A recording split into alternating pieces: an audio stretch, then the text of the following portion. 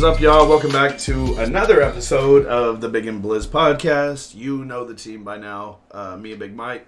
This is episode 19, and we're starting with something that just happened. Mind you, we're recording Thursday night, and Game 5 of the NLDS series. NLDS, right, Big? Yeah, National Leagues. Yeah, so the Giants, we're Giants fans versus the Dodgers, and it ended in a little bit of controversy, so I'm pretty fucking upset about it, but I'll let Big Mike take it from here. Yeah, so the Dodgers did a weird pitching thing where they did they didn't use a starting pitcher. They pitched backwards. They pitched backwards. And so at the end of the game, they had Scherzer on the mound, who normally starts the games. They started with their closer, who usually ends the games. And I mean, honestly, it's a worked. good tactic. It worked. But yeah, at the end, there was a swing, a check. They went down to the first base ump for a check on it, and he said it was a swing. Do you mind if I set the scene real fast? So this is the top of the... Oh, now it's the bottom of the night. The Dodgers are up 2-1. This is Game 5. Whoever wins goes on to the next series. Whoever loses, obviously, doesn't. And this was... we had 2 outs. Mm-hmm. It was... I think the pitch count was 2-2. 2 balls and 2 strikes. If I'm not mistaken, I could be wrong. I know it was 2 strikes because of how it ended. And we were just hoping to get we had a runner on first, too. Correct? Yeah, I believe we had a runner on first. Yeah, there was a runner on first, yeah. So if we would have gotten him in, it would have been a tied game with extra innings. Or if the batter would have hit a home run or whatnot, we would have won. It would have been a walk-off, run. Yeah. And so for what they called a third strike, he check swinged. And do you want to clarify, and for the people that don't know how that works, you're better at giving information than I am. Yeah, so in baseball, when you swing the bat, if you can stop your swing or check it before it crosses the base path, then it's not considered a full swing. So if the ball was a ball outside of the strike zone, it would still be called a ball. Or if it was in the strike zone and you checked your swing, it's a strike. Yeah. And so checked his swing, or so he thought, and the ball should have been called a ball. No, he checked his swing. But yes, go ahead. Well, that's what I'm saying. He thought he did until that umpire. Yeah. And so the home plate umpire, a lot of times on check swings, will check with the line judge, the line ump. So if you're a right-handed batter, it's going to be the first base judge because he can see the tip straight of the down the line. If you're a left-handed batter, it's going to be the third base judge because of how you're swinging. Yeah, and so he went down to first base. He looked down at first base and pointed at him, which means I'm letting you make the call. And he said out. And we were all waiting for the wave of the hand saying it was a no swing. Right. And this man pumped his fist like he was Tiger Woods. Yeah! He was hopping around, like the animated ump that you see him.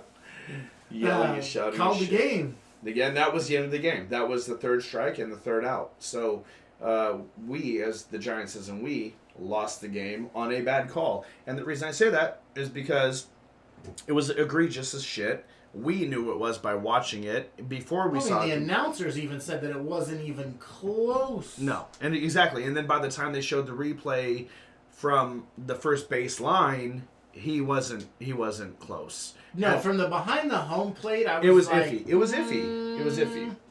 But as soon as you saw the one straight down the line, you were like... Straight down the pipe. Yeah, you were like... We were like, that was a bad call. Not just us. The announcers were like, wow, this is going to be talked about for a while. This was a bad call.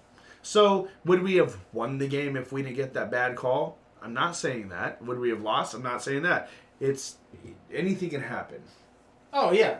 But it was just a bad call to end on for the NLDS. It's a tough call to end a playoff game, a deciding series. A series game. It's like that one ump who guy was throwing perfect game in the last out, Oh God, that was. And it was like a bang bang play. Yeah. And he called the dude safe. The batter was safe, and mind you, the pitcher was throwing a perfect game. And even after, he was like, I probably should have gone the other way just because like. Yeah, he was out. Or I mean, yeah, he was out. He said he was so close that he's like, I could have gone either way, and I probably should have swayed in favor of.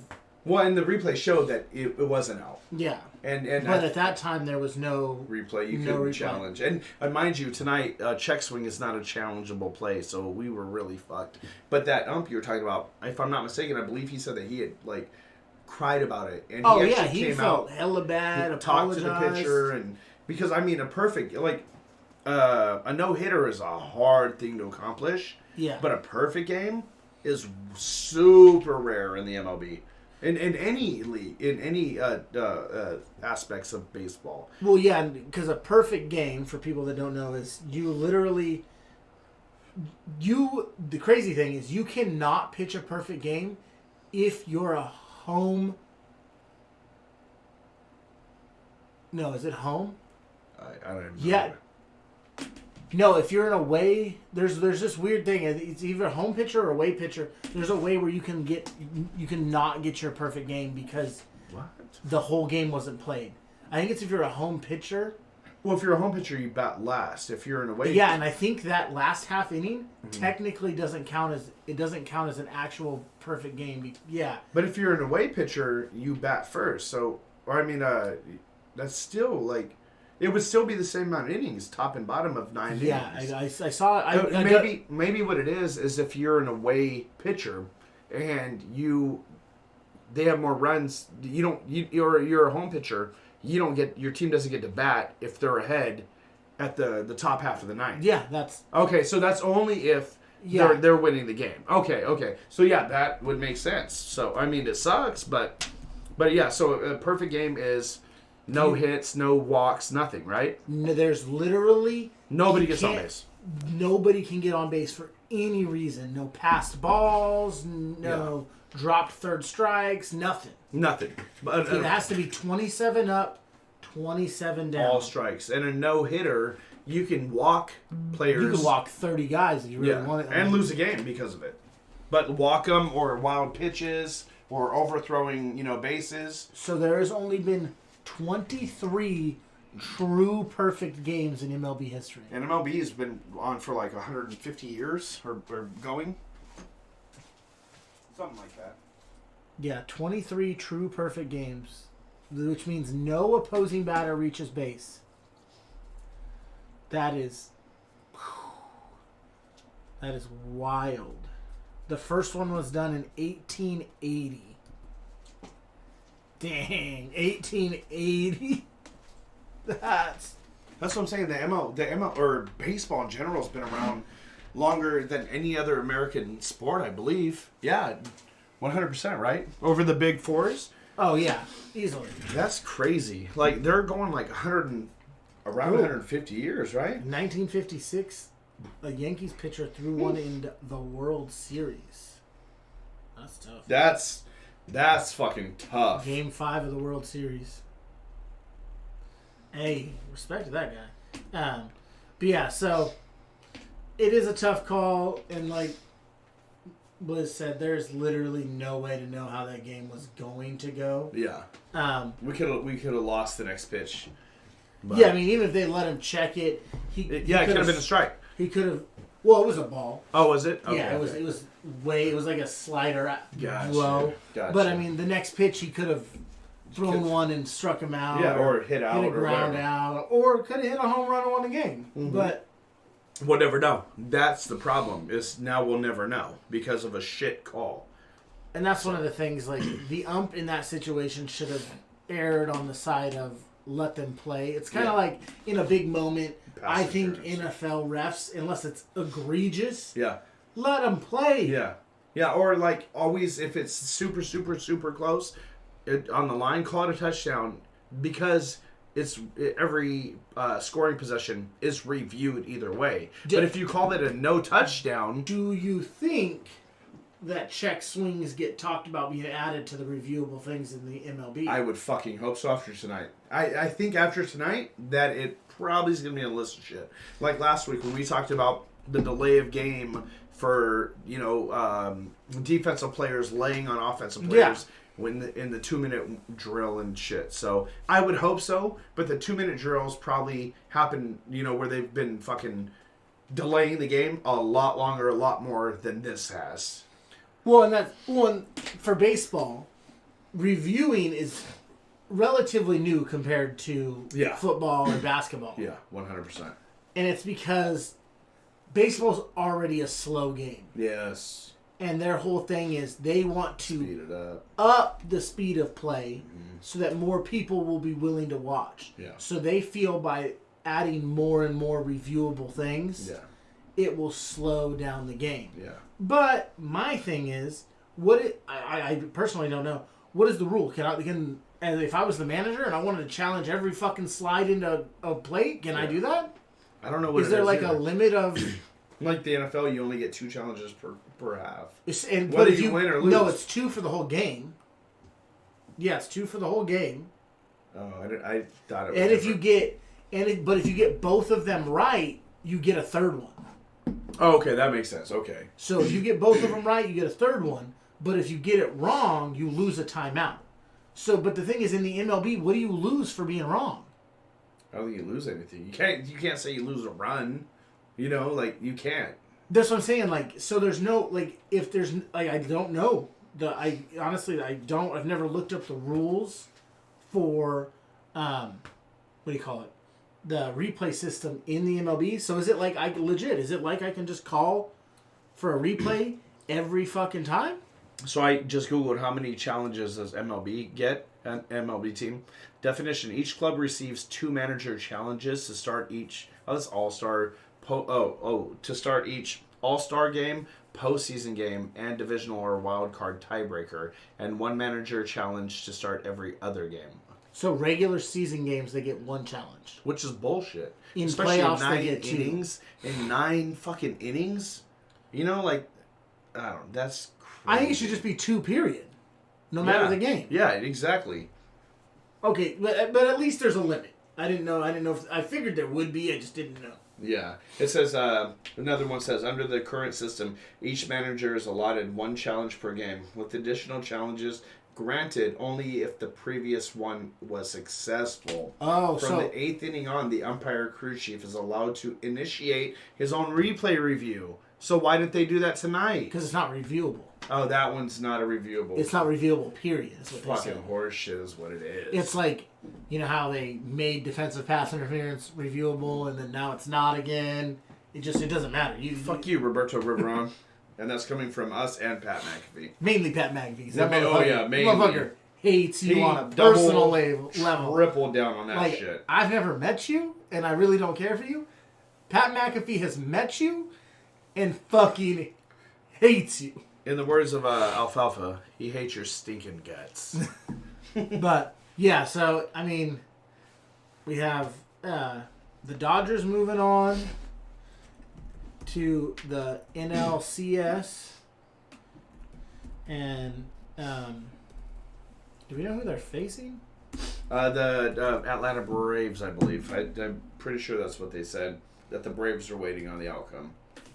So, Braves, and then... do we know the other side? Is it Boston, right? Oh, it's Boston versus the Astros.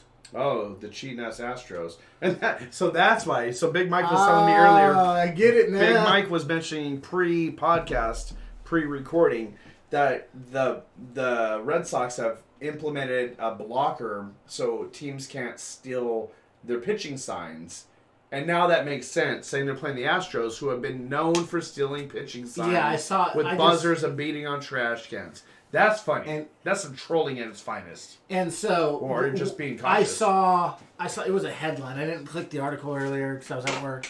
And the headline said something that Boston had, people in the organization, whether it's, assistants or something, they're going to stand in areas blocking lines of sight from cameras. And mind you, these cameras are in the outfield, around the stands somewhere.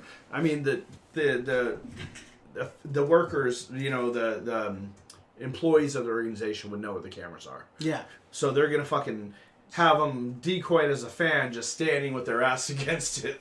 That's it's smart, especially playing against the Astros. You kind of have to check them for wires. So, Boston, Atlanta World Series.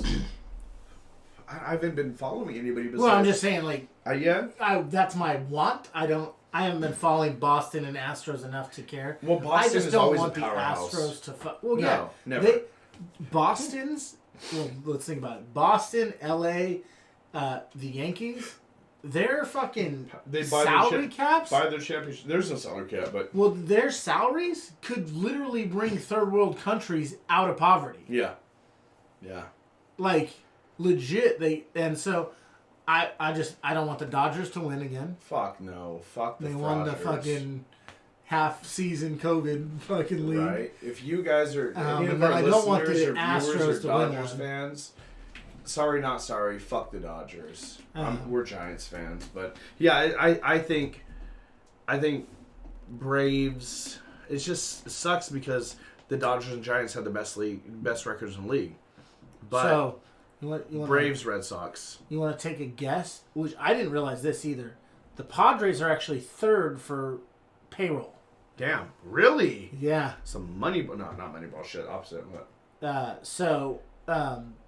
Do you want to guess how much the Yankees pay for their payroll for this year? Guess like for their whole payroll. For all their not minor leagues. No, just the major league roster. Major. Is it M's or B's? 100 M's. Yeah. Okay. 837 M's. No, actually, not that. No. 220 million. Oh, okay. No, okay. So that's per season. Okay. Yeah. So I was thinking contracts in general. Yeah, no, that would be close to $1 billion. That's 837. Yeah, easy. So that's what they make per year. That for their 26-man MLB roster. That's great. Like Steph Curry he's signed 100 or 200, whatever. Or like Mahomes signed a $488 or $98 million fucking contract, but he's making 38 or 40 around 40 million a year. Okay, that makes more sense. So the Dodgers come in second place with 198 million. The Padres come in third with 197. The Phillies come in fourth with 167. Jeez. Red Sox come in fifth with 160. Imagine having enough money to pay that per year. I mean, the revenue they make and shit, but still, like, that's crazy. But think about that. 200 million could bring some third world countries out of poverty. Yeah, it could buy water, make energy and water for Ethiopia and whatever, like that shit's crazy, bro. That shit's nuts. But are we moving on from that because any more on that with MLB? No, okay. That's it. So moving into one of obviously there's 4 major sports in our country. So moving on to the second of the I guess the unpopular of the 4, like more unpopular, the Seattle Kraken. You brought this to my attention today. You want to give the NHL for our brethren up north in Canada. It's your guys' main sport. Russia's too. But yes. Miracle on Ice. Oof, ouch. Sorry, Putin. The Kraken, which is the new Seattle expansion team that we brought up a couple times. The first episode. We've brought them up a couple times. But I believe episode 1 we talked about the Seattle Kraken being an expansion team. But yeah, so they officially got their first win as the franchise last night, 4-3 against the Nashville Predator. Yeah, Nashville Predators. I didn't know if it was like Nashville Predators. Which is a weird fucking name in our times, but the Predators put out on Twitter or IG. This is some class act shit right here. Opposite of trolling. And I don't know if the banner looked real. They could have photoshopped it or whatever just to be nice. But they probably are. If they're going to say it, they're probably sticking. And it says Southern Hospitality, and it was a banner that said gave Kraken first franchise win, and it had the date and everything. It was like a banner that they would raise in the rafters like a trophy. At Nashville's own arena or rink? Or it had the Predators logo on it and everything. Like it was a that is banner. Some Southern hospitality if I've ever heard it, But which is cool as shit.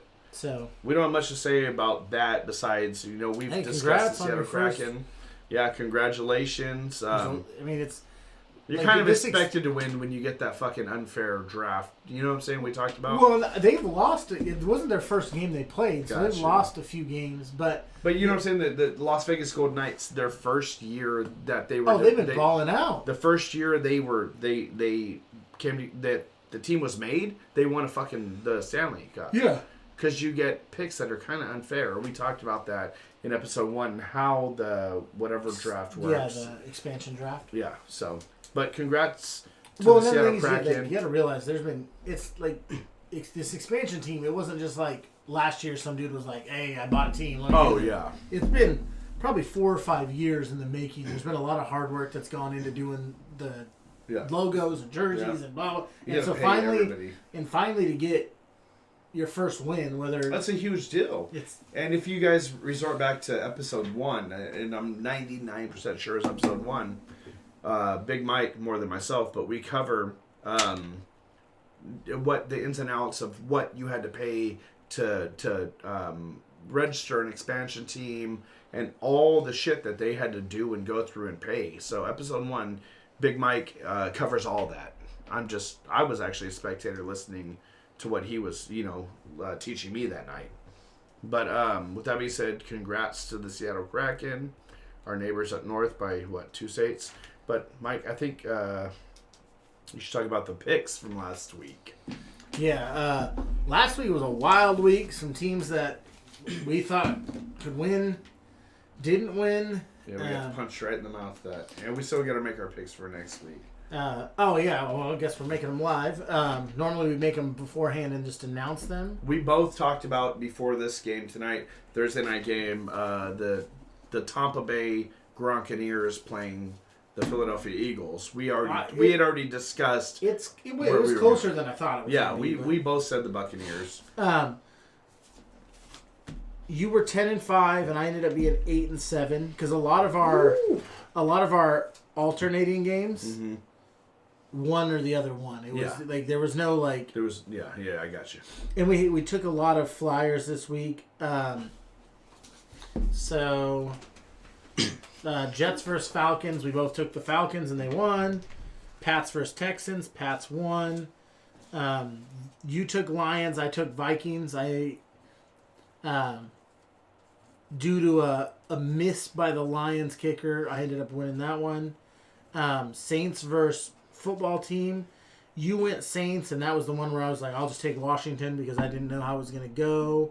Saints ended up winning. Titans beat the Jags. Bucks beat the Dolphins. We both had both of those. Yeah, the Saints, Washington, the football team, wasn't that crazy Hail Mary by Winston?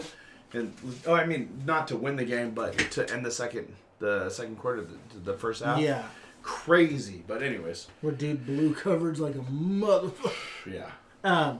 So and then we both got Broncos versus Steelers wrong. Yeah. We both got Raiders versus Bears wrong. Got punched in the mouth, sending Gruden the fuck out. And then we split the Browns versus Chargers, and the Chargers ended up squeaking that win out. Barely. Cowboys destroyed the Giants. Yes. Cardinals remain undefeated. Only undefeated team, right? Yep. And then we split Bills versus Chiefs, and the Bills ended up actually kind of dog walking. They won by 18. That's so crazy that the downward slope the Chiefs are on. And then we both picked the Ravens to win, which they ended up winning. But y'all should have won. Dude, so check this out. So Mike, I'm going to revisit our text messages. So when I joined the game in the fourth quarter. And mind you, I had been watching the game for the first 3 quarters, and then something came up, and I stopped watching it. And the Colts were up 16. 16. Yeah. The Ravens score, get the 2-point conversion. Colts are up 8. They go down. Their kicker goes to kick a field goal to put them up 11. Dude gets blocked. Yeah. Blocked the field goal. I was like, all right, whatever. They're up 8. There's I think there was just over 2 minutes left. Mm-hmm. Cool. Defense, hold out. Colts will win. Fuck the Ravens. Whatever. Not really. I'm not a Ravens Yeah, we don't hater. have a dog in that fight. But I was just like, that's how I thought it was going to go. No. Lamar Jackson and them drive down, put it in the end zone, get the 2-point conversion, and give the ball back to the Colts. Tie game with 39 seconds and 2 timeouts. That's great. I'm like, well, fuck, this game's going overtime. Carson Wentz, you're trash. Legit didn't think you guys had a dog in this fight. Carson Wentz drives them down methodically, gets them into field goal range, and Colts kicker with his fucking bug-eye glasses that he fucking wears. His rec specs? You got the rec specs? Oh, yeah. Look this dude up. Oh, shit. I He'd will. be wearing fucking... He looked like he's fucking... yeah, the bifocal rec specs. Yeah. Fucking... Who was it? Kareem that used to wear Oh, yeah. them? Kareem Abdul-Jabbar. Or who was the running back that used to wear them? Anyways. Yeah, he got them on under there. Oh, God. Wide left. Colts kicker? Yeah. Okay. Wide left. Shanked it. Game winner. He could see an ant from fucking 3 miles and... Yeah, it shanked it. Game loser. No, not loser, but... And so, I'm like, shit, okay, overtime. Ravens win the coin toss, and they just punched it down the Colts' throat, drove down, scored the touchdown for the win. So check this out, y'all. This is verbatim. I'm reading you word for word. Mine and Big Mike's conversation on, was it Thursday or Monday? Monday night. Monday night. So, I said, hey, we got some shit to talk about this week. Laughed my fucking ass off.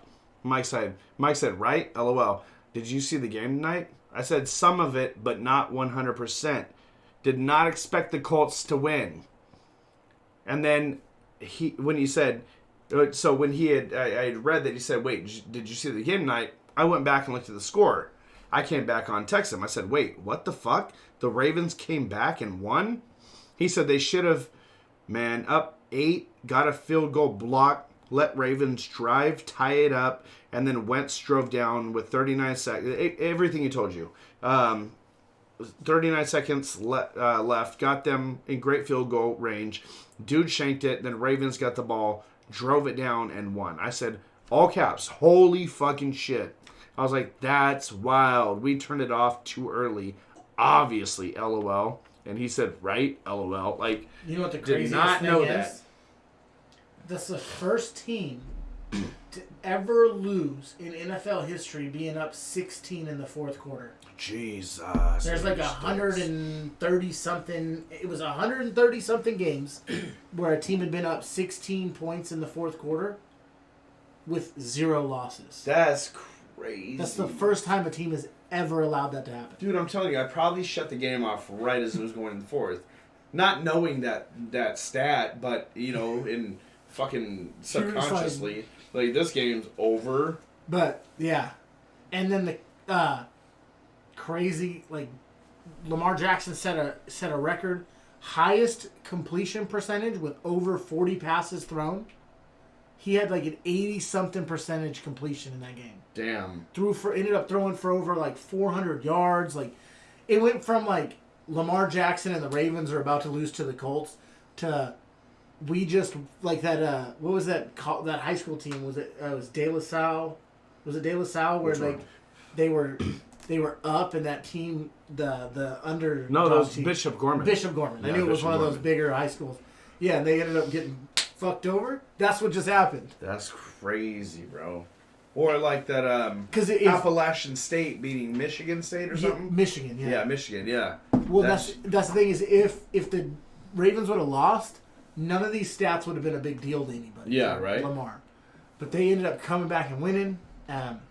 So since we talked about our picks, about to make live picks. Oh shit! So for the 6:30 a.m. London game. Oh, shit. That's all of it. Eric Dickerson was an NFL running back.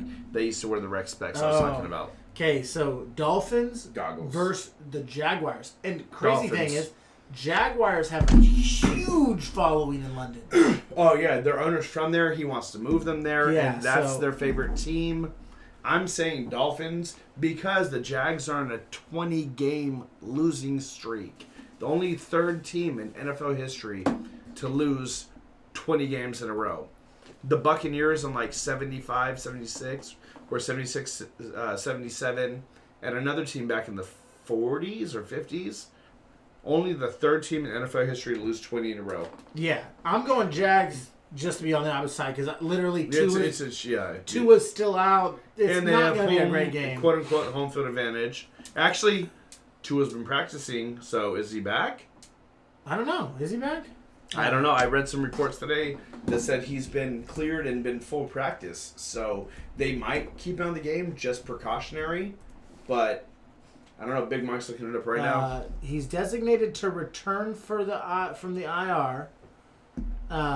He returns to practice. Still unclear if he'll play against Jags. Okay. So, I mean, he's off the IR. He could play. Yeah. And then Trevor Lawrence, man, your strength is obviously not in your hair. You're not Samson, bro. I mean, maybe cut that shit. To be honest, I saw something the other day that Joe Burrow is the only person to ever. He's gonna win comeback player of the year, 1,000,000%. So Joe Burrow is the only person to ever pull a comeback because the Jags were up on the Bengals for a while, and it was like the only quarterback to ever make a comeback of over like 14 points on Trevor Lawrence, a team that Trevor Lawrence played on. And both the times it was Joe Burrow. Once in college and then once in the Good pros. for him. So, hey, is it just me or does Trevor Lawrence, his big-ass blockhead, look like the Rock'em Sock'em robot back in the day? He got a big-ass blockhead, bro. But, he hides it under all them luscious locks. Right? Fucking Sunshine from, what's that? From Remember the Titans? Remember the Titans? Strong side. So, freaking, what, do you remember how early in the season, last season, Joe Burrow's rookie season that he blew his ACL out or whatnot? It was pretty early, huh? Yeah. So the NFL is different from the NBA, obviously for many reasons. But Ben Simmons, when he was drafted to the Sixers years ago, he got injured, sat basically the whole season out. No, it was November, I guess. Oh, okay, he played. Okay, I was gonna say because remember Ben Simmons, NBA Ben Simmons. Got hurt and had to sit the rest of the season out, but the next season played the whole season and won Rookie of the Year as a second-year player. It's not the first time that it... No, that's what I'm saying. The NBA is different with shit. Yeah. I think it's dumb as fuck. That's not rookie. I don't give a fuck if you blew your shit out in training camp. Your second season's not rookie. You spent a whole year rehabbing with a professional team and scrimmaging when it's not you. Yeah, to me, you can't win Rookie of the Year. Obviously, they allow. That's why the running joke is that Ben Simmons is going to win Rookie of the Year every year. Like it's still a running joke. He should have won Sophomore of the Year. You feel me? But Joe Burrow should have a chance to win Rookie of the Year. But I'm talking shit. And he was in November, and so I mean, technically, he did play. He has the fucking Bengals at 4-1. Oh yeah, no, dude. When's the last time the Bengals have been 4-1? That's like holy shit. Probably not. You know, like I don't know if Carson Palmer and Chad Ochocinco. They linked up a lot. Chad Johnson back then. Yeah. Well, and Chad Ochocinco and back to Chad Johnson, right? Yeah. But either way, Ochocinco, I just Burrow. They drafted him first overall because he was supposed to be the truth, and then he unfortunately got hurt. And now he's come back with a fucking chip on his shoulder. Didn't they draft a receiver this year, too, for him? Is it Jamar Chase? I believe so. I think they drafted, and... whatever it is, having what Pat McAfee says, having no fucking outdoor facility where it gets 20 below zero. It is Jamar Chase, yeah. But you know what I'm saying? No outdoor training facility, or indoor training facility. They have to train outdoor and blah, blah, blah. Well, and Jamar Chase, he's the rookie that came out and said it was harder to see the ball and like was talking about how hard it was to be able to catch an NFL ball. Damn. Because the the college balls still have the white stripe. Oh, so when it's flying through the air, you can see that half stripe. Gotcha. And in the NFL, it doesn't have that white distinguishing stripe. So he literally in training camp and preseason, he was saying that due to the ball size is a little different too. Is it? I know the high school. Also, they feel different. Like I guess the NFL balls are a little slicker than the college balls because of how they wash them. Yeah. They what are they? I can't remember what the terminology is, but yeah. They mud that. They actually use a baseball mud on them, and but then they use a sander and they put them in a heat. In the dryer. Like, it's fucking crazy. Look at YouTube. And if you're Tom Brady, you let a lot of air out of it. You got an extra needle in your pocket. not an H needle, not for drugs, but just a little. But yeah, so he literally, like, people were ragging on him for like coming out and saying that like he couldn't see the ball and stuff, and him and Joe Burrow have been having a dominant year season. 4-1. Like I said, I can't recall the Bengals being 4-1 before. And I don't know. Ask Flemlow. He's been putting out videos. And shout out to Flemlow Raps on YouTube. Browns fan, no, he's a Bengals fan. He's diehard. Oh Bengals. Bengals. There's another guy that was. Oh yeah, no. Flemlow put out a video on it. Like Flemlow Raps, we get a lot of our shit from Flemlow too. You know what I'm saying? Like he's dope. Flemlow's for years, myself included, dope. Him, Pat McAfee. Like, you got to credit where credit's due. You know what I'm saying? But back to the picks. So we went off on a tangent on that. Vikings Panthers. Damn. What? I'm going Vikings. I'll go Panthers. They've been having tough, but Chargers Ravens. That's so weird because the Ravens have lost games where you think they're going to win and won games where you think they're going to lose. So I don't want the Chargers to win, but I'm going Chargers because Herbert's been on her. I'll go against you just because they're so close. Rams Giants. Rams. Absolutely. The Giants. Rams. And Daniel Jones. Oh, speaking of, Daniel Jones will not be the quarterback this week if the NFL is doing the concussion protocol because my Cowboys literally knocked him out on the goal line. It was a helmet hit, not intentional. It's fucked up. I hope Daniel Jones is okay. And, being a rival doesn't mean I wish, hurt or pain to death. But he had got up like a boxer who was knocked out on their feet and stumbled forward and fell. And it was pretty sad. He had to be carted out, which, I hope all is well and he recovers. But with that being said, who was the backup that came in? I can't remember. I don't know who their backup is. The backup came in, did some shit. I can't remember. Anyways, but I'm taking not the Giants in that one. Colts versus Texans. Colts. I'm going with Colts just because of what they did to the Ravens. And the Texans have. They're not. They don't have Watson at quarterback. Chiefs versus football team. Oof. I mean, I would. Hey, this would be a no-brainer. Except for the Chiefs just have been shitting the bed like an old man with Alzheimer's. I'm going Chiefs. I'm going Chiefs too. Not that we don't want them to win. Packers versus Bears. Packers. I'm gonna go Packers. A-Rod. Bengals versus Lions. I'm going Bengals. I think it'll be 5-1. Bengals, yeah. This is the big game. Cardinals versus Browns. Ooh, shit. That would make Browns. I'm going Browns. I'll go Cardinals to be 6-0. I'm going Browns. What are they? 4-1 right now? The Browns? Yeah. Yeah, I think so. 4-1. I'm going Browns. They've been surprising everybody. Oh yeah, Baker's been like, I'm like, bro, like you're like 5'10", you're not supposed to be good. And his fucking commercials, you would think he's an actor or a football player. Like the wife even asked me the other day, does he even play football anymore? Or is he just No, that's Johnny Manziel you're thinking about. No, he doesn't play football anymore. No. Mayfield, Mayfield is commercial. Whatever. Hey, what Marshawn say? Get your chicken. Shout out to Mayfield. Cowboys gonna get their first win against the Belichick-led Patriots. Cowboys. Yeah. If they lose that game, that's tough. Yeah. That's what we said about the Bears versus the Raiders, though, and that didn't go well last week. Speaking of Raiders versus Broncos. I'm taking the Broncos. Raiders.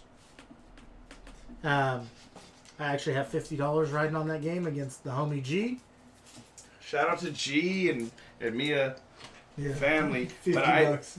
I think the Raiders are going to bounce back. Well, it's a hard one. No, there's a lot of because they lost their coach and they're dealing with some bullshit, and having the only openly gay player in the league, and then dealing with the shit that was said by their coach. Their coach has just left. And then it's not the offensive coordinator stepping in; it's the special teams. What is it really? I thought it was assistant coach. No, he's the special teams coordinator. Oh That's who's stepping in as an interim head coach. Well, I have to look. Damn well, sis. My wife. Hey, she don't listen to it. Neither's yours. But no, Raiders. If I go, it's gonna be a good game. If I go against the Raiders in my household, I'm fucked. Man, ain't living here no more. Not fucked, but I'm fucked. If you feel what I'm saying. Send Seahawks versus Steelers. Seahawks. Yeah, absolutely. I'm taking Steelers. Oh, Wilson's out. Yeah, nope, never mind. Change your mind. I mean, Geno Smith is... Damn, I shouldn't have said shit. I should have said, I'll take Steelers. No, you know what? I'm going to stick with Seahawks. I'm going to go with Geno, Big Ben, and then... they're all right. I know, but... You want Najee Harris... Yeah, I'm going Steelers. All right. I mean, Geno... Bills, Titans, that's a Bills game. Oh, yeah. What are they, 5? They're 4-1 right now? Yeah. And then the Thursday night game next week is Broncos versus Browns. Oh, I'm going Browns. You have to go Broncos. That's your team, bro. I do, but I don't know if they can hold off the Browns. The Browns are... Well, you got to stick with it. I don't know. I'm going to go Browns because I think the Browns will win that game. That's harsh, bro. But, I mean, you got to be real. I get it. No, I get it. I just don't know if our defense is going to be able to stop the Browns' offense.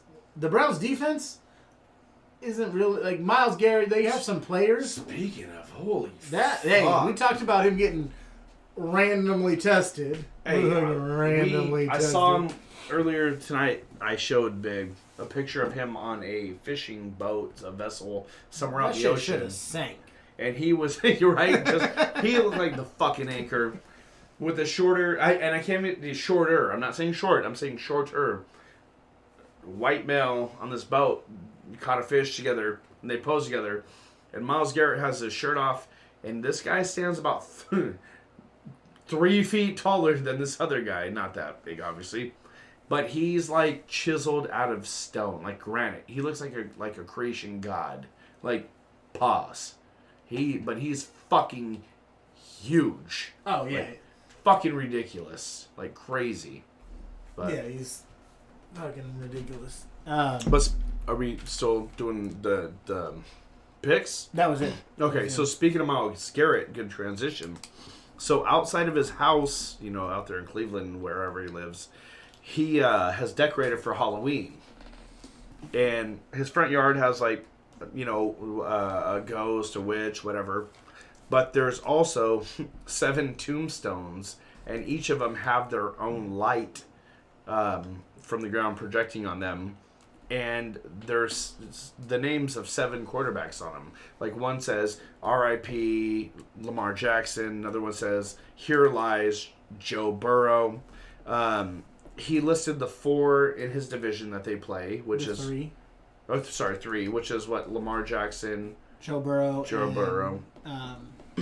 Is it? No, it's Herbert. Big Ben. Roethlisberger, and then he also has Mac Jones from the Patriots. Justin Fields from... Who's Justin play for? Bears. The Bear. Okay, thank you. Oh, no, that's another one of his division. No. Kyler Murray and Justin Herbert. So, he's got tombstones out there. Like, damn, that's pretty crazy. He's over here grave digging with his big ass, so... Yeah, no, I mean... And I don't know why he would pick, and this is just me, I don't know why he would pick Mac Jones. Maybe he knows it's an easy win.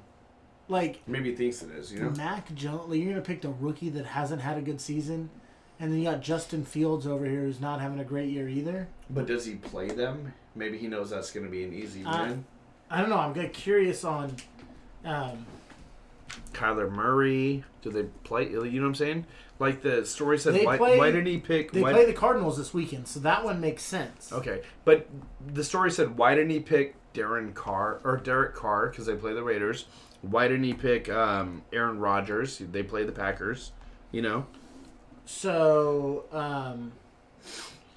Well, I mean, I guess, okay, the Bears kind of make sense because they did just beat up on the Bears, I guess. Yeah. They 26-6 them. You know what name he left out that should have been the 8th one? That should have been the biggest tombstone, R.I.P.? Rudolph. Oh. The backup quarterback for the Steelers? For the Steelers that he hit in the head with his helmet because he tried murdering him. Yeah, Maybe that's why he put him there, because he lived. So if you go... So they lost to the Chiefs. Mm-hmm. They beat the Texans, beat the Browns, beat the Vikings, and then just lost to the Chargers. Wait, the Browns did? Yeah. So they're 3-2? 3-2, yeah. Okay. They lost a close one to the Chargers. That's right, okay. So they play, their next quarterbacks they will face are Kyler Murray, and then Bridgewater if he's out of concussion protocol for us. For the Broncos. Yeah.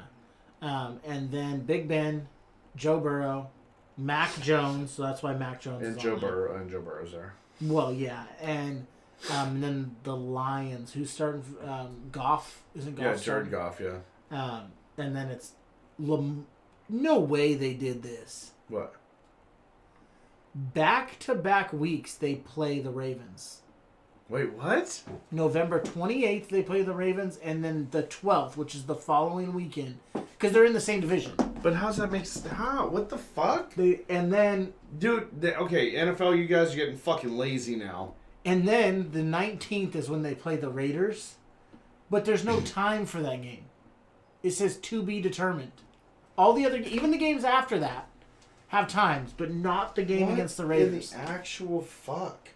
I don't know. The NFL. The Browns play Green Bay on Christmas Day is a NFL Sunday. Oh, snap. Like Christmas Day. Oh, yeah, it's supposed to be lit. And so the Browns play the I totally spaced that. Yeah, but Christmas Day is an NFL Sunday. So not only do we get a few games on Thanksgiving, we about to get a full gambit of games on Christmas Day. Dope, but I have to work. Well, that's wild because the NBA always does like Christmas Day games, like that's their thing. Oh yeah, now they're gonna have to share spots. Yeah, because like so the Ravens aren't. Well, they are back to back, but there's a bye week in between. Oh, but still, it's still lazy by the look. It's still lazy by the fucking NFL. Oh yeah, you know, bye week or not, you what? Then so the Ravens they played the Ravens week 12. Bye week, week 13. Hey, they got lucky with that. Week 13 bye week? Yeah, that's dope. For that or for them. That's what I'm saying. Like a late-ass bye week, especially with this extended season. Oh, yeah, I know it's just 1 week. 17 games. I know it's just one extra game for them, but having that late bye week could come in clutch. That's right, because they've got fucking 4 games after the bye week. Because it's Ravens again, then Raiders, then Packers, then Steelers, and Bengals. So 5 games after that. So yeah, that's pretty fucking dope, dude. For them. Yeah. But Ravens, Raiders, Packers, Steelers, Bengals. I want to see what the latest bye week is. Yeah, for real. That's crazy though. But so week 1 through 5, nobody has a bye week. Yeah. So 14, that is the last bye week. Jesus. The Colts. That's hella late. Nobody that matters. The Colts, Dolphins, Patriots, and Eagles all have that week 14 bye week. Nobody that's making the playoffs. That's harsh. The Patriots and Dolphins division. Well, I mean, someone has to win the division and be in the playoffs, right? Yeah. Because they haven't switched to the NBA's fucking top 8 from each fucking conference yet. It's dumb. But yeah, so and then Panthers, Browns, Packers, Titans have that week 13 one. That's crazy. The Raiders have a week 8. That's hella early. Yeah. Well, no, you know what's hella early? Is the Cowboys have week 7. Yeah. The Falcons, Saints, Jets, and Niners are off this week. That's wild, bro. So I don't have to hear from the annoying Niners fans. And dude, so one of my wife's friends, she's a Niners fan. And every week she posts especially when the Raiders lose.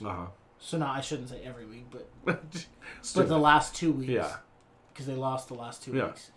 She's been like, Raiders fans are stupidly quiet this week, whoop-de-wop, right? Mm-hmm. And someone finally chimed in and she's like, didn't y'all just lose to the Cardinals this week? Right. No, and she's like, I'm not talking about my team. Yeah, I'm like... because you have nothing to talk about. So I'm like, bro, you're just gonna literally like talk shit and be like, your team lost. Well, you can't do that while your team's losing, Right? fool. It's just so dumb. Quest for 6. Ooh, ouch. How many years running? 25, 25, I believe. I had to think about that one. Inhale and shit. But can we get to the elephant in the room being the homophobic, racist, misogynistic? Jeez, Chucky, the fucking real life Chucky doll. I mean, don't give a fuck about nobody or nothing. Yeah, I mean, I don't know. Like, I don't know what this man was thinking. But mind you, I'm a fucking Gruden fan as a coach. Honestly, and I mean, this is a far out example, and it's something that I say regularly. Hitler is one of the worst people that have ever graced this earth. But one of the greatest military minds of all time. And didn't he win a Nobel Peace Prize? I'm pretty sure Hitler won like the Pulsritz or whatever the prize is. I'll look it up. But yeah, Hitler, like the worst human being probably to ever walk the face of the earth. Absolutely. Top 3 at least. Absolutely. But his military mind, there's still shit that militaries today use that he came up with. Mm-hmm. And like I said, it's drastically different, but it's not. It's similar. Jon Gruden as a person, obviously a fucking douchebag. Yeah. Obviously. Great football mind, yeah. But his football mind is amazing. Well, depending on if you agree with his roster changes and shit we talked about earlier, but roster change thing. But like, I'm just saying, like, when you get down to like on camera, great fucking guy, lovable guy. But you never know. You have neighbors that you talk to every day, every single day. Think they're the most amazing. They do Bible study. I'm having this right now. Bible study, host it, work at the church. Blah, blah. And then, their kid that you've met a million times, who's not a kid, who's 30-something years old, is a predator. Yeah. You know what I'm saying? And you would never have thought, never in a million years. And it's sad because the parents so cool, but whatever. You don't see it coming. What people do behind closed doors or on the internet or on their computer is a million times different than what they put out there in real life. Yeah, and so, I mean, I read most of the article too. Hitler was nominated for a Nobel Peace Prize. Yeah. Think about that. The next year he fucking did what he did. Anyways, sorry, go ahead. And there's a lot of trades and shit and whatever that they're not panning out very well. For the Raiders. From trading off young players for picks, and then those picks are doing okay, but not obviously to the level of the people. Shit, trading off Khalil Mack and dude, when Amari. he did that, I was like, what? Okay, the fuck? Amari Cooper, great receiver, injury prone, but Amari, like, you can replace an Amari Cooper. Yeah, and he's with the Cowboys now. He's been great for us, but he's still injury prone. You can't replace Khalil Mack. No, well, they got Max Crosby, but he's not. He didn't, but they didn't bring Crosby in to replace Mack. You know what I'm saying? And Crosby, they stumbled and lucked up with Crosby. Well, and that's the thing is when we were reading this article, Crosby wasn't even one of the high draft picks. He was after the first fourth round. After what? After the first 100 picks. Yeah, he was in the fourth round, I believe. Is what it said. And so Crosby's not a linebacker; he's an end. Yeah. Khalil's a linebacker. Would they use both? Yeah, they do the same thing with Von Miller. He's an edge rusher, is what they call him. Yeah, which is basically a hybrid. Yeah, you can play linebacker or end. Like LeBron James can play almost all 5. And so Crosby, obviously, because they list him as an end, he can't play linebacker very often. Yeah. Amazing end. Not taking nothing from that. Yeah. But an end can't replace a linebacker. No, because a linebacker has to be able to go out in coverage. And drop into coverage, yeah. So Crosby, amazing, but he doesn't replace the versatility of Khalil Mack. And that's the thing is, Crosby wasn't even drafted with one of the picks that was traded for Khalil Mack. Well, check this out. So Khalil Mack did something that's never been done and still isn't since he did it a few years ago.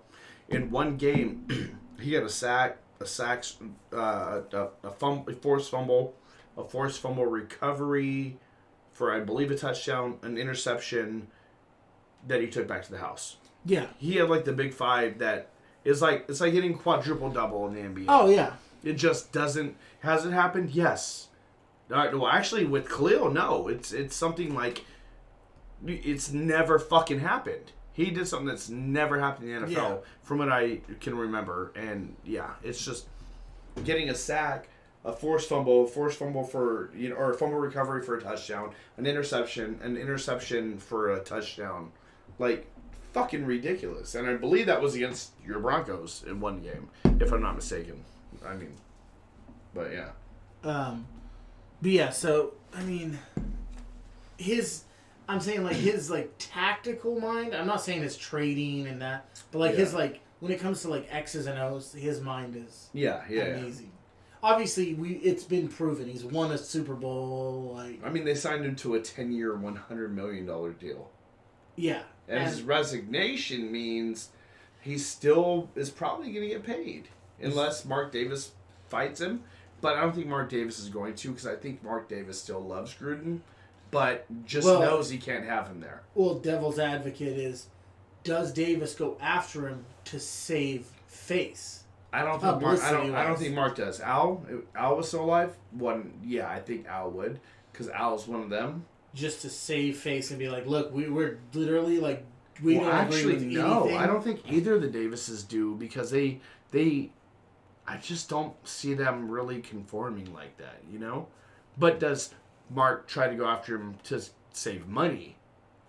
Maybe. I don't see it either. And then Gruden, he just literally just moved into a house that's like $3 million or something like that in Las Vegas. Yeah. He was seeing his fucking Ford Mustang, the brand new GT 500, like the big boy of the Mustangs. He had it wrapped completely, Raider wrapped and black and silver and yada yada yada, cruising up and down the strip. Like Gruden, that's the thing with the Raiders. Gruden is a Raider through and through.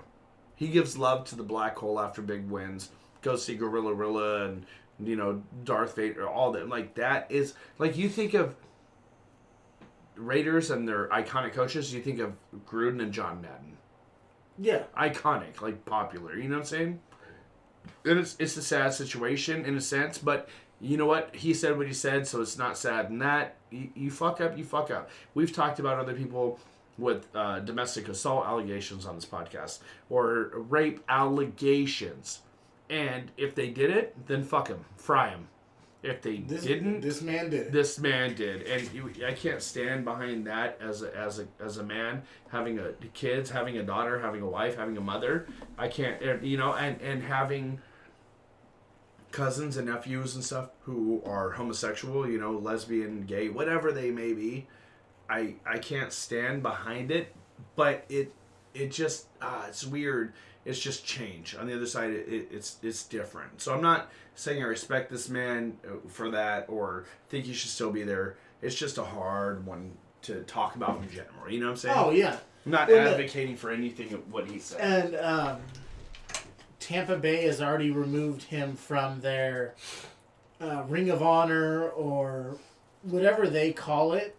It's where they put like big guys in their history up around the stadium where everybody can see every game. So, and then EA is working on getting him out of Madden as fast as possible. The Ring of Honor is like their version of retiring a number. Yeah, but in the NFL, not very many numbers get retired due to the amount of people that come through. Which we'll cover something about retired numbers soon too. But you made a good comment or a good point earlier. Like, and not saying that you are against them taking him down, because we stand behind the organizations trying to separate themselves from it. But you said, why have the Browns not taken OJ out of the Ring of Honor then? Right? Oh yeah, and like it was literally like a meme or something that I saw of it. But yeah, like oh yeah. And everybody's going to say, oh, well, he was acquitted for the murder. But even after that, man literally robbed... At gunpoint. Got kidnapping charges. Yep. And robbed people at gunpoint to steal back some memorabilia he had sold. And also was found guilty of the murder shit in a civil court where he still owes the victims' families like tens of millions of dollars. So OJ is still in the Ring of Honor for the Cleveland Browns, but they're acting real swift to take Gruden out of the Ring of Honor for the Bucks. Mm-hmm. You know what I'm saying? And that's just playing devil's advocate. Not saying that the fucking Buccaneers are wrong for taking Gruden out. No, they're right. But the Browns are wrong for leaving O.J. Simpson in. He wrote a fucking book saying, if I did it, this is what I would have done. And details shit that the public didn't even know. Only the fucking detectives knew. Like, come on. Get the fuck out of here. And, yeah, honestly, the NFL has some weird bullshit when it comes to... Well, think about it like this. The emails became public, and all the public knew was that he had made some racial comments, right? About the NFLPA guy. Yeah, and he still coached that a couple days later against the Bears. But then all of a sudden they said, oh, we also uncovered that he made some homophobic comments, and all of a sudden, pow, they were getting for him to where he had to resign. Like, why is being homophobic more of an issue than being a racist? You know what I'm saying? Oh, yeah. Like, it should be even across the board. Well, that's what I'm saying. The NFL has some weird, That's what I was replying to what you said. There's dudes that can beat up women and play on something. Oh, yeah. And, you know. And it's getting better. Yeah. 1,000,000%. And the only reason I think it's getting better, and fucking Roger Goodell, you little punk ass, can come after me for this one. Yeah. The only reason it's getting better is because it's more publicized. 1 million. Yeah, absolutely. If Ray Rice would have beat the crap out of his wife in the fucking elevator and there was no footage and no media coverage on it, he'd still be in the NFL. Well, and that's what happened. They suspended him knowing that he even came in and talked to him and said he did it. And they suspended him for 4 games. Well, at that time, they knew there was video, but they thought they were going to be able to suppress it. Mm-hmm. As soon as the video hit the news, then they suspended him indefinitely. He's never played another down. And people were like, that's kind of like double jeopardy. Where you get tried in court of law and you're found not guilty, you cannot be tried for that shit again. Mm-hmm. So you he should have been suspended indefinitely, like lost his job completely from the jump. Oh, facts. But you can't say, oh, only 4 games, and then say, oh shit, this shit's crashing down, making us look bad. He's out of here. Like, no, what the fuck? You have to stick with one or the other, and you should have thrown the book at him in the first place. Well, and that's like Kareem Hunt. Yeah, the domestic or the gun. It was a gun, right? He booted some female in the face. Okay. Like she was drunk in a hotel hallway, causing a scene or something, and she ended up falling down, and that's why there's hella kicker jokes about him now. Oh, because someone was trying to hold him back because she was starting something, and he just kicked her in the face. Yeah, he still plays in the league. Yeah, it's just so you're telling me the Ray Rice, and I mean, Ray Rice got what he deserved. But Kareem Hunt didn't deserve the same thing? But see, the difference, and again, devil's advocate, when Ray Rice hit her, she was swinging, like slapping him and doing this, that, and third, if I can remember correctly, in the elevator. She was putting hands on him, and he knocked her out. Not saying it's right at all. And then dragged her. And dragged her, like he didn't drag her by her hair like caveman. He pulled her out of the elevator, like just pulling her out. But still, either way, it was bad. But Kareem Hunt is being held back and runs up and kicks some female in the face who's on the ground. Like, hey, what that soccer player get charged with for kicking a guy in the face? Oh, the ref. He kicked the ref in the face. Attempted murder? Knocked him out. Yeah, that's how it should be here. So, Kareem Hunt? So why is still getting NFL checks? Why is he still playing, but Rice isn't? If you think about it, they're both the same situation. It's both severity of doing that, but if you want to play devil's advocate, Rice was being swung on and hit her. Kareem Hunt, she was already on the ground. He was being held back and pulled through to kick her in the face. I think Rice should be out of League 2. Like, Rice and both of them evenly. But why is Kareem still in and Rice isn't? Does that make sense? Well, no, I get exactly what you're saying. Especially, and to me, it's like, again, Ray Rice, he did to his wife. Kareem Hunt, the girl he kicked, wasn't even his girlfriend. Yeah. Like, just some random. Yeah. Like, what the fuck? But he's cool. Is it... And this is me asking the question, Roger Goodell, is it because Kareem Hunt is a better running back than Ray Rice? Was he, though?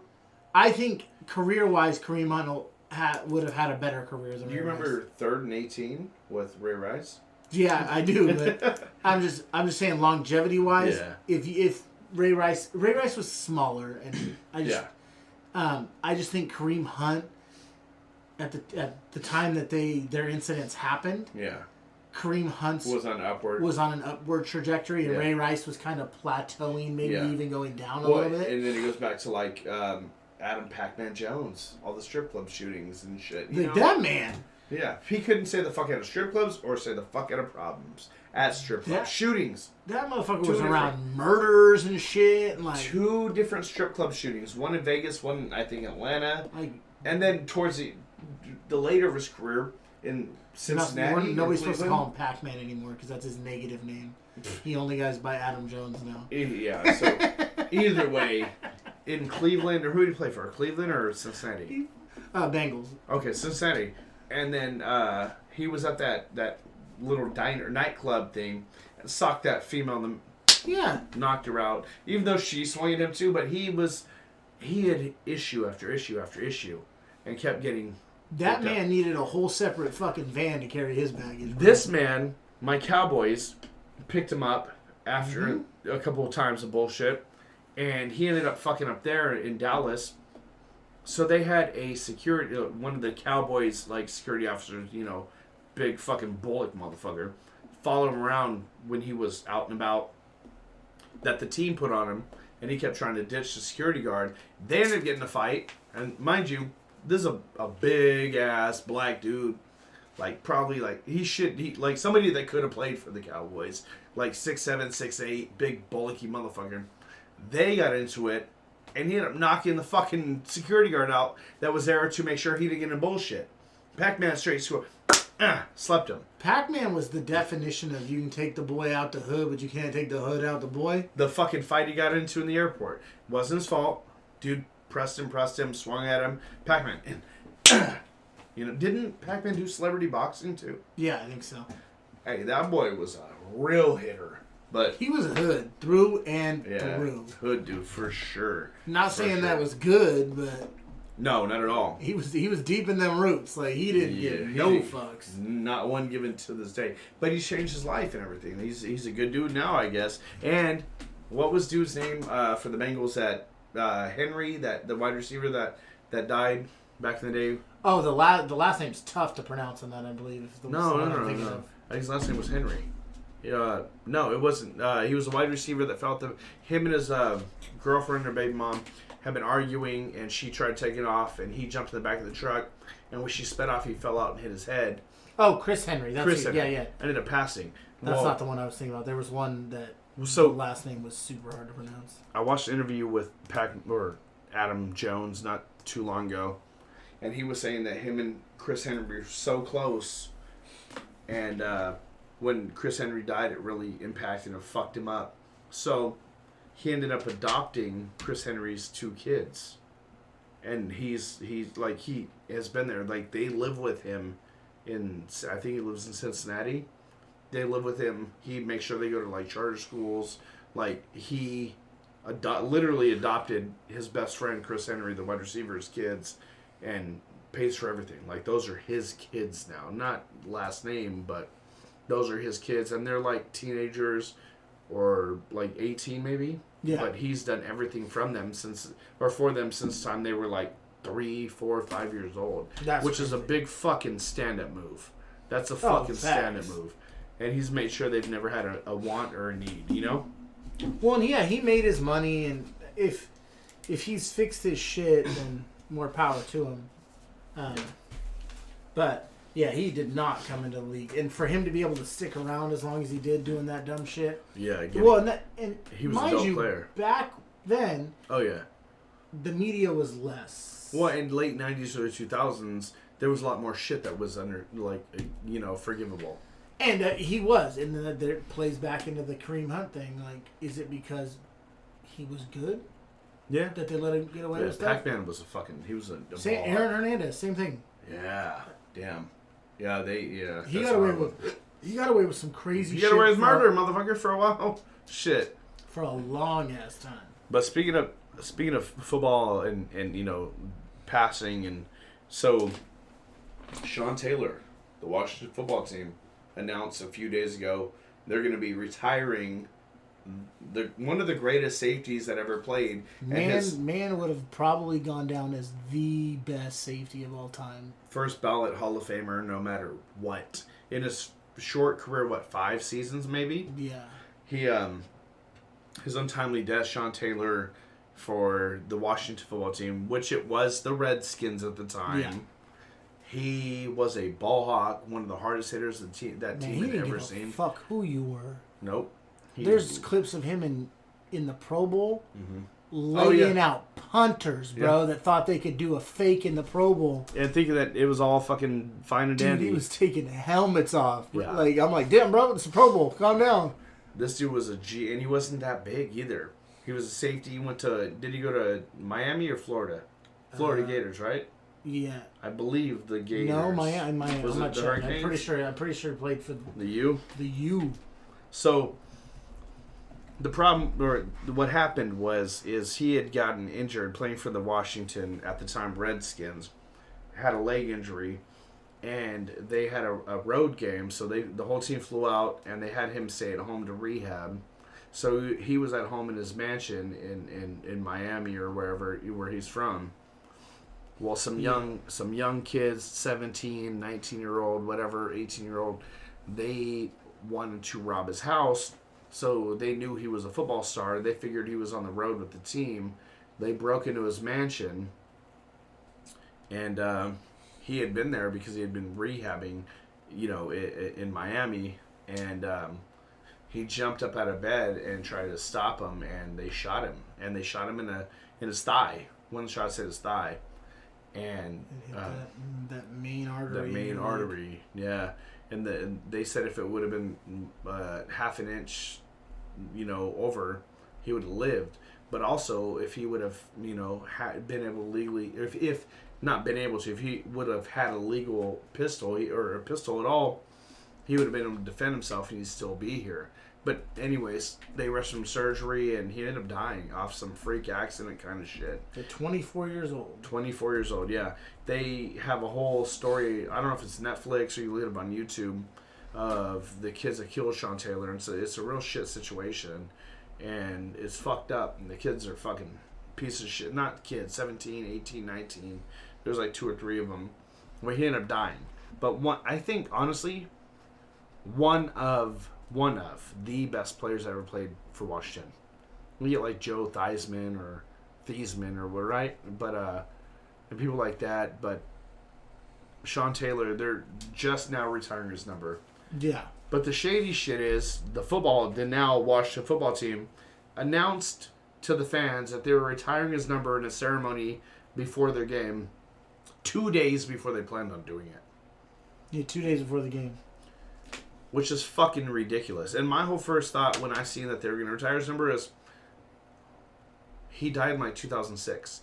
2007. Oh, 2000, thank you. Only because I have it in front of me. What the fuck took 14 years for you guys to retire this man's number? Just when all this 650,000 emails and the Jon Gruden shit and Adam Schefter shit, all of a sudden, let's take the eyes off of us.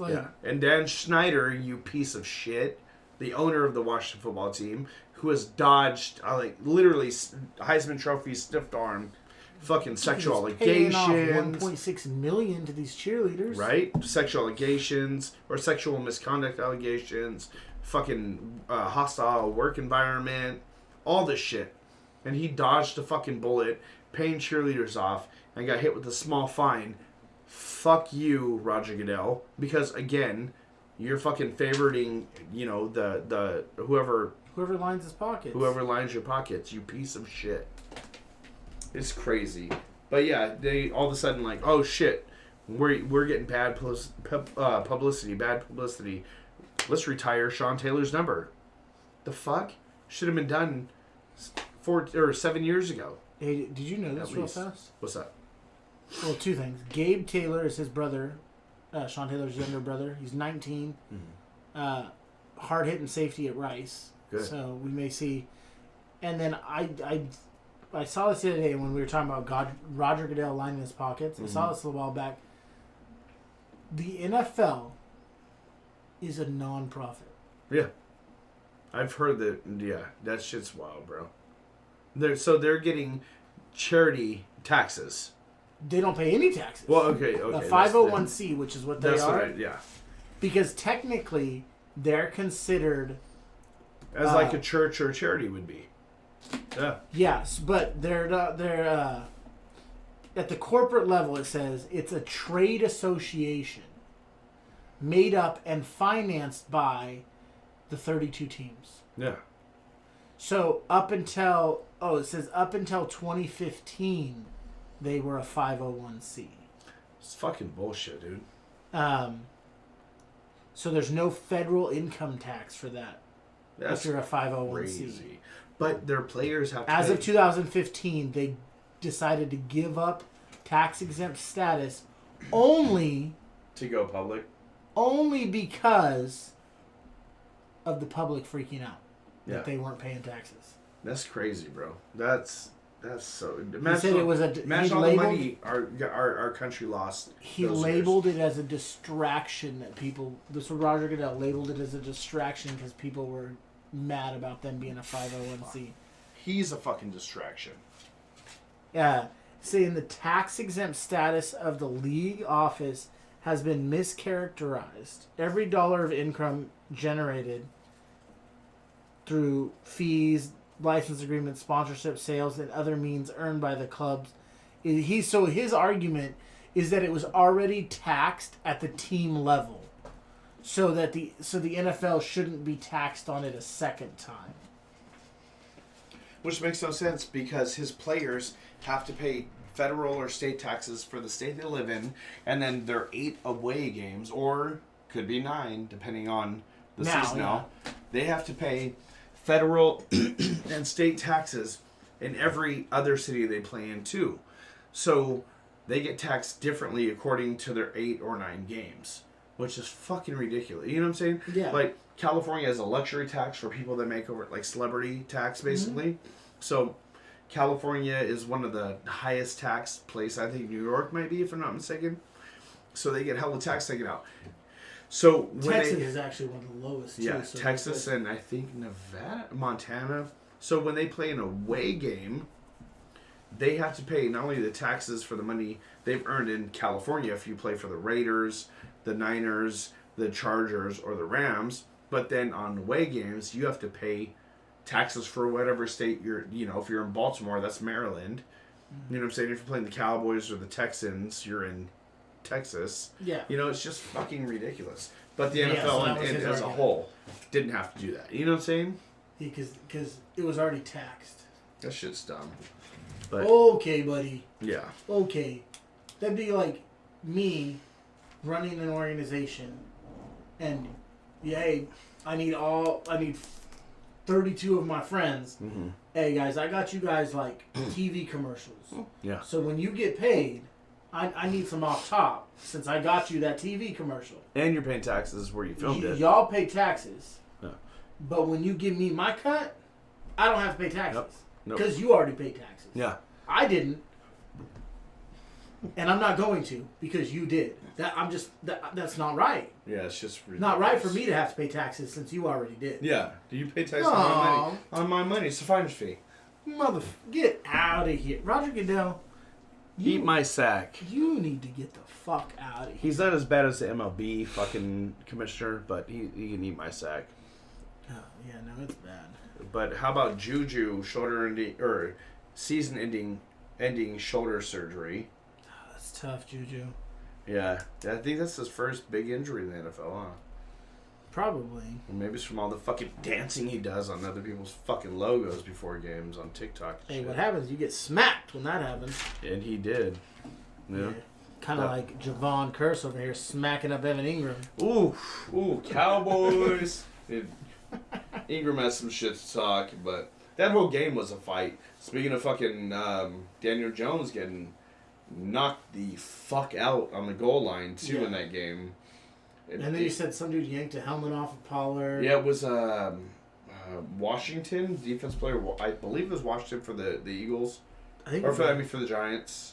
Was it Al Washington? I don't know. But Leonard Williams. Leonard Williams, thank you. The play was over. They were peeling bodies back off the pile. Tony Pollard, who had not been doing anything like talk shit, it was just towards the end of the game. The Giants were losing.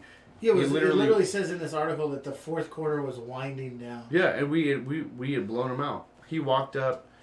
Pollard was laying on his side, under the pile, getting up or about to get up, and dude walked up behind, put his hand over, grabbed him by the face mask, ripped his helmet off.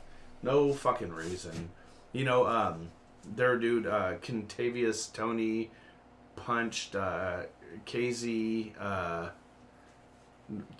or safety or linebacker for the Cowboys in the helmet. He went to punch him in the helmet, literally skimmed the side of it.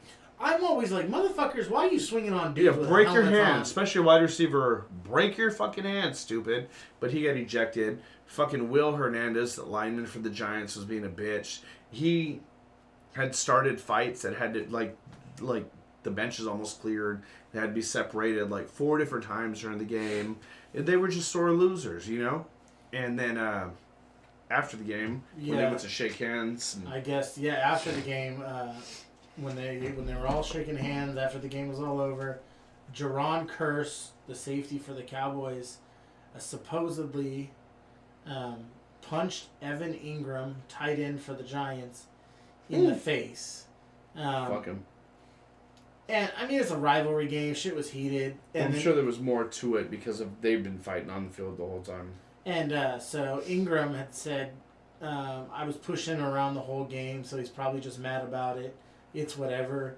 And then went on to say pretty much that Curse punches like a little baby. It wasn't worth swinging back since the punch was so soft. And he knew that the NFL would fine him also, so he wanted to keep his money in his pocket. Right. And the Cowboys have been reached out to, and Curse has been reached out to, and neither one have... no comment. No comment as of this article that I had checked out. The only positive that I've seen besides the Cowboys winning from that game is, so last year, I think it was 1 or 2 days, so how do I word this? So the game that we just played, the Cowboys and Giants, 365 days before that was when Dak Prescott got his leg broken against the Giants in Cowboy Stadium. Same place, almost a year to the day, right? Yeah. Well, the Giants player, Logan Ryan, who had tackled Dak, just, a bang tackle, you know what I'm saying? Yeah. Tackled him, and his leg, his ankle was fractured and dislocated. So Logan Ryan did that to Dak. Yeah. It was just accidental. Yeah, and when Dak was being carted off, Logan Ryan went over there and grabbed his hand, gave him love. They talked, apologized, whatever he said to him. Well wishes. So 364 days later, almost a year to the day after the game, Dak and Logan met up in the middle of the field and embraced each other again, which is really fucking cool. That's sportsmanship. Not ripping a fucking player's helmet off who didn't do shit the whole game besides, run on you while he's down on the ground. That's bitch shit. You know what I'm saying? But whatever, it is what it is. But shifting from that, go Cowboys. 4-1, I'm pretty excited about that. we get into NBA Jello. We got to talk about Jello ball. You know, we're strong proponents. We're supporters of the Ball family Jello ball. You know, so yeah, Jello. Last we talked, he was not going to have a contract. He hadn't had one yet. Yeah, he would. Well, and nobody thought he was going to. Right? He was going to enter the NBA G League draft. Yeah. So he could try to get someone to draft him in that draft, so he could actually be playing. Or try to, yeah. But the Hornets have signed him to a non-guaranteed contract. But as of now, he's signed technically to the NBA team. Yeah. And the plan is to sign him to the G League team, but they wanted to sign him to the NBA team, and that's the reason it's a non-guaranteed contract, because gotcha. That way they can just release him and not have to pay him a shit ton of money. And really what they want to do is, instead of him going into the draft, because they can't sign him until after the draft to the G League, they wanted to be able to hold his rights. So what'll happen is, after the G League draft, they'll officially release him from the NBA team, and then their G League team, the Greensboro Swarm, will sign him. Yeah. So he's getting. That was the worst case scenario back like a few months ago. Remember? Yeah. The worst case scenario was that he was gonna attempt to make a G League team, get drafted or whatever. And I mean, there's lots of guys recently that have gone the G League route and ended up having great NBA careers. Yeah. Well, and see that the best case scenario was that they signed him to the main team after summer league. Obviously, that was a stretch, and they signed him to that Exhibit 10, and then they released that, and then recently they had just not wanted him. Period, from what we knew. So we were like, "Fuck, that sucks." And again, to revisit that, Big Mike and myself have been strong supporters of Jello Ball more than the other two. And, Big Baller, LeVar, he speaks shit into, existence and everything. I told you so. Yeah, those shoes.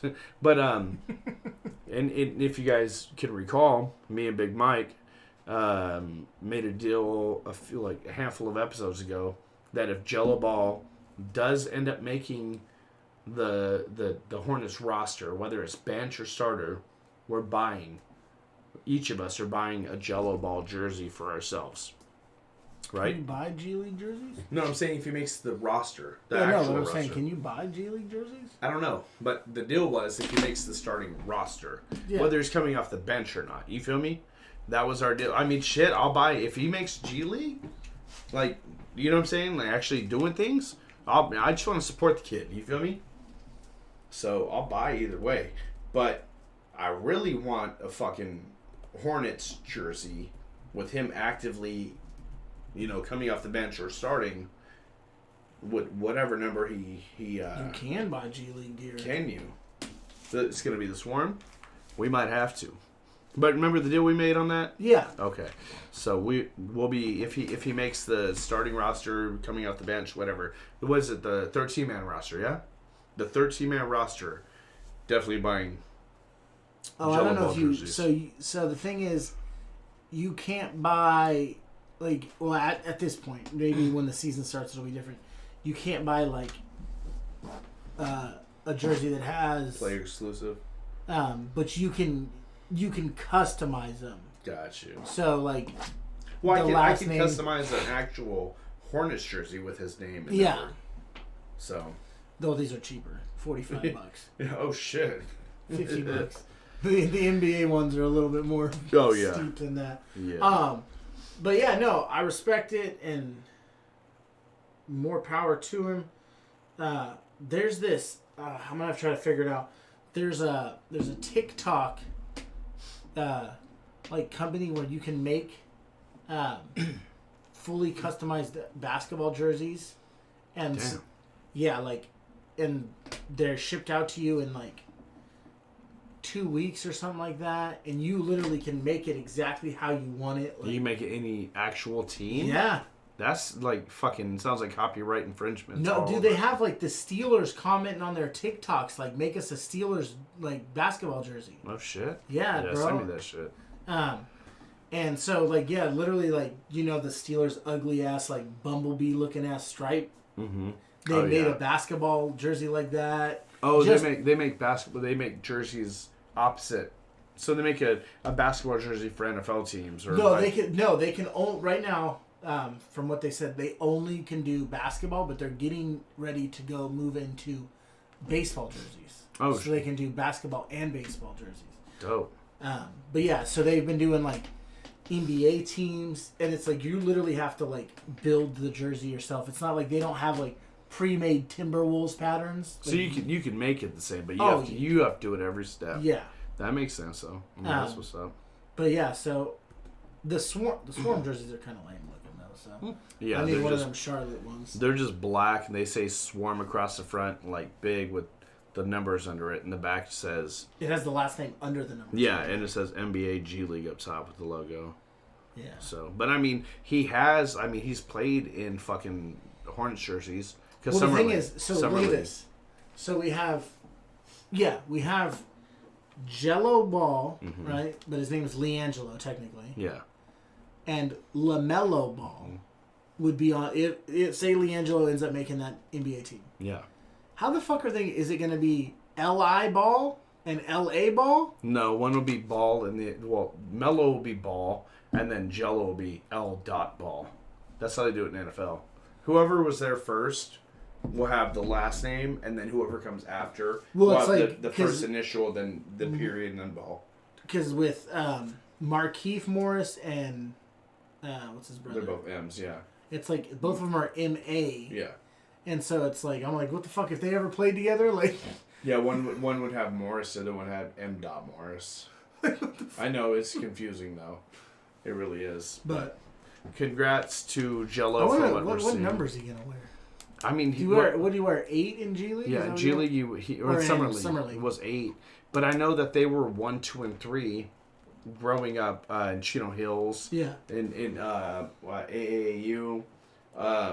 And then in UCLA, Lonzo wore 1, didn't he? And then Jello would have won 2. They were 1, 2, 3, correct? With he wore 15 at UCLA. Oh, okay. But I mean, Jello did. Okay, so obviously a number was retired or used already. But in Chino Hills, they were 1, 2, 3, if I'm not mistaken. Yeah, and Lonzo wore 2 at UCLA. Which is fucking weird. What, was he a 2 guard? Yeah. No, he's a point guard. Oh, is he? Lonzo's He's a 1? Yeah. So you would think that he would have when they played together, was he? Because Melo probably would have been the point. Lonzo would have been the 2. You know what I'm saying? Yeah. And then 3 is a small forward? No, Lonzo wore 2 in Chino Hills. So what I'm saying, Melo would have played the 1, right? In Chino Hills, he would have been the point. And then Jello would have been the 3 small forward, correct? Yeah, he would have always been. Which he's a small forward right now, right? Yeah, so Jello wore 3 at Chino Hills and then 15 at UCLA. Yeah, so Oh, yeah. So, yeah, they at Chino Hills, they were 1, 2, 3. They were point, shooter, and fucking small, right? So that makes sense. So, I don't know what number Jello would get in. So, because what is Melo right now? He's a 2? And is he a point guard right now, or is he a shooting guard? Oh, LaMelo? Yeah. He's what do you call it, point guard. Okay. So, yeah, and he wore 1 in Chino Hills. And he's wearing 2 right now, or 3? 2. He's wearing 2, I believe. Is he wearing the same numbers as his brother? Well, I mean 2. Yeah. And then what's Lonzo wearing in 2, I believe. In Bulls? Yeah, he wear 2? I'm pretty sure he's wearing 2, just like he wore in New Orleans. Yeah. So. Yeah, so they're both. They're both points, and they're both wearing 2. Yeah. Got you. So I mean, obviously NBA is different. So who knows? If Jello were to was be on the fucking wear 2? If Jello was on the Pistons, maybe he'd wear 2. You know what I'm saying? But if maybe if Jello goes to Charlotte, he wears the 3 if it's not taken. What's Rozier? Terry Rozier. Terry. Is Terry? he 3? Terry? Is he 3? Because if that's the case, he's not getting 3 if he makes the squad. Yeah, he has 3. Okay, yeah, he's definitely not getting 3. he'd get a 1 or a 4, or whatever. Might be an 8, might be a 15. Who knows? Could be a. He wore 8, so I mean. Could be a 67. Who knows? But that's cool for Jello, and congrats to him at the moment. But Ben Simmons. Yeah, he returned, bro. He's back. He's back in the Sixers facilities. Hey, they actually have LiAngelo Ball on their Hornets official roster right now because technically he is. What number? No number. Oh. There's literally no number next to his name. Is there numbers next to the other guy's names? Yeah. Okay. So LaMelo, it's 2. James, whatever this guy's last name is 5. Miles Bridges 4. Yeah. Everybody else has numbers except for. He also is one of the few that doesn't have any salary. Yeah. It's still probably dope to see his name on that roster, though. Oh, I wasn't expecting to see it when I clicked on it. When you said that, that's why you're like, oh, Yeah, that's crazy. But Ben Simmons back in the facility. But why is he back in the facility, Big? 300. It was gonna. The fine would have been $360,000 per game. So what is that for a season? Fuck. At 182? That's $30 million. Almost. Yeah. $29.5 million. What is his salary for this year? That's fucking crazy, bro. He was so adamant. You know what his salary? He was so adamant he wasn't coming back and he would not be back. Like big talker. Like when someone gets drunk, oh fuck you and fuck you and fuck you, I'll fuck all you up. They sober up and they're like, bro, you said you're gonna fuck me up. Let's run it. Nah, bro. Nah, I was drunk. Like, nah, we're good. His salary. What? He would 26. 29. He would have gone in debt $500,000. Holy shit. Because it was 29.5 would have been his fines. And he made 29. He made 29 pre-tax. So he would have he would have probably gone in the debt. Pay a few million. Mm-hmm. Damn, he would have had to pay. I mean, I know he has sponsors and stuff, so he technically wouldn't have lost money for the year. He would have lost money for the year in the NBA aspect of it. Yeah. Now, what a fucking idiot, though. He really thought that he was gonna force his way out. Get a fucking, oh yeah, people will trade for me, they want me. Nobody wanted him. And then the front office of the Sixers was like, we want everything and your kitchen. Yeah, they were fucking high as fuck. Facts, bro. They were on some good trying to get some shit for Ben Simmons. So yeah, dude would have been broke. Well, I don't know if he'd been broke, but he would have, based off his salary, he would have not turned a profit at his job. And I mean, that's the main reason all of us go to work, is so we can make some fucking money at our job. This man would have been sitting at home playing 2K, acting like he was the best that ever lived. Oh, look at me, Ben Simmons, MVP. Rookie of the year. My second year, my sophomore year. All to give away his whole fucking salary. Think about this. Think about going to work and something happens and you're like, fucking hate this place. Fuck you, you're cool. Fuck you, I'm out. Never come back this bitch. You can all suck my dick. Never. And then leaving and then being like, hey, you have to come back, And then him come back and be like, or you come back and be like, so yeah, about that. I'm sorry. Y'all got any more of that roster spots left? You got any more of the overtime? Like, yeah, but, fuck. Like, how embarrassing. Dude, like, Embiid? Because that motherfucker's outspoken as a motherfucker. And he's a strong, tough motherfucker. He talks shit about Ben. And what, did you see his comments when he came back? Oh, he's already. Oh yeah, yeah. He said some shit about it being super awkward. Mm-hmm. And like, yeah, it fucking would be, bro. Yeah, you don't ditch out on your family and then come back and be like, my bad, bro. That legit, you'd be at like your family's fucking dinner and be like, you know what, auntie, your fucking food sucks. You're a bitch. Like, just go off on your whole family. You got 5 baby dads. And then cut out. And then, like... And your girlfriend leaves you and kicks you out the house. And all of a sudden, you got to come back, like... You got any... Can I... Yeah. Hey, can I hang out with y'all again? You'd be like, what, remember that she talked? Who did? Who? Ooh, I'll fight him right now. Right? Who said that? I didn't say that. I was drunk. It don't matter. Right. But... Fuck shit. Yeah, no, he's back. Shit. I mean, I guess we'll see what the motherfucker can do.